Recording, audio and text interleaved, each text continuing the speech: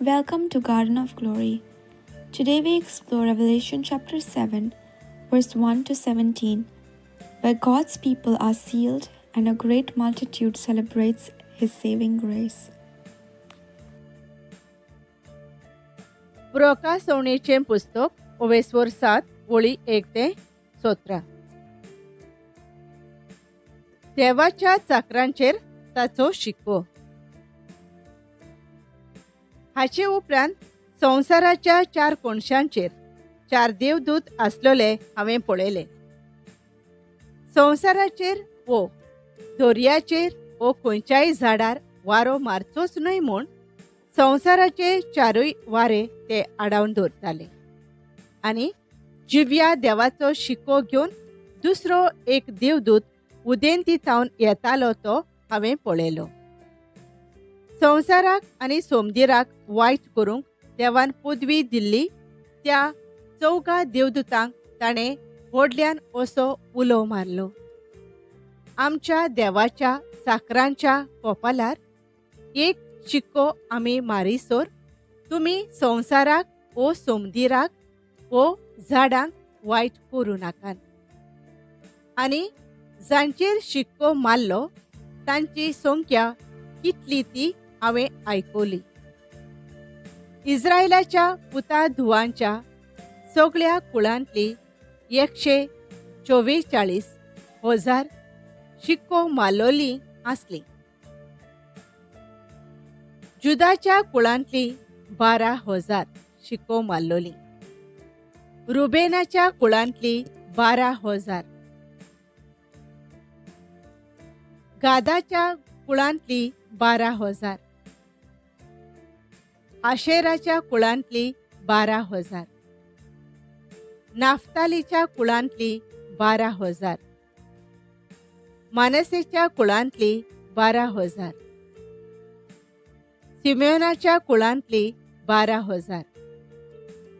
लेवीच्या कुळांतली 12,000. इसाकाराच्या कुळांतली 12,000. झेबेलोनाच्या कुळांतली 12,000. जुजेच्या कुळांतली 12,000. बेंजामिनाच्या कुळांतली 12,000 शिक्को मारलोली. हिशोब नासलोल्या देवाच्या भक्तांक इनाम. हाचे उपरांत ओचीत एक भोवफोड लोकांची उरपोंज हांवें पळयली. कोणाच्यान मेजूंक जायनासली तितली. सगळ्या देशांतली, सगळ्या कुळांतली, सगळ्या पोरजांतली आनी सगळ्या भासाची ती उरपोंज. आनी धवी न्हेसोण घालून आनी आपल्या हातांनी ताळयो धरून शिंवासोना मुखार आनी मेंढऱ्या मुखार ती उबी आसली. ती आड्डून म्हणटाली, शिंवासोनार बसून आसलोल्या आमच्या देवाक जय. तशेंच मेंढऱ्याक जय. तांणी आमची सोडवण केली. शिंवासोना जाणत्या आनी 4 जिव्या रोचना भोंवतणी उबे आसले ते सगळे देवदूत शिंवासोना मुखार साश्टांगी पडले आनी देवाक तांणी भोजलो.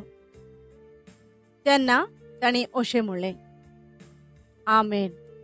वाखाणी, मोहिमा, जाणविकाय, दिनवासनी, भोवमान, पदवी आनी बोळ आमच्या देवाक सासणाच्या सासणांक. आमेन. जाणत्या मदल्या एकल्यान म्हजे कडेन विचारलें, धवे नेसल्यान तीं कोण आनी खंयतावन तीं आयल्यान? हांवें असो जबाब दिलो, तूंच सांग म्हाका. धोनिया. ताणें म्हाका सांगलें, निश्ठूर धुमाळ्यांतलो सोलामती पावलो तो लोक हो. तांणी आपली वस्त्रां मेंढऱ्याच्या रोगतान धुल्यान आनी धोवी केल्यान.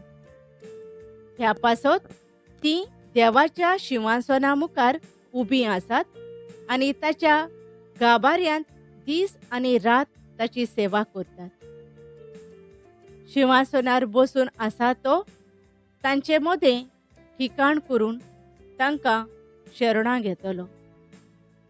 तांकां आनीक केन्नाच भूक लागची ना, तानूय लागची ना. सुर्याचें उणें तांकां फुलपांचें ना, न्हय म्हूण कसलोच दुसरो झाड. कित्याक सिंहासनाच्या माजार आसा तो मेंढरो तांचो गवळी जातलो आनी तो तांकां जिव्या उदकाच्या जोरीशी पावयतलो. आनी देव तांच्या दोळ्यांतलीं सगळीं दुखां पुसून काडटलो. The chapter closes with a tender promise. God will shelter his people, wipe away every tear, and lead them to springs of living water. Suffering, hunger, and sorrow will not have the final word. It assures us that in the midst of judgment and turmoil, God knows his people, protects them, and promises eternal comfort and joy. Let us pray.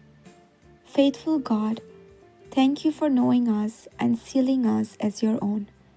Thank you for the hope of salvation through the Lamb and the promise of eternal comfort in your presence.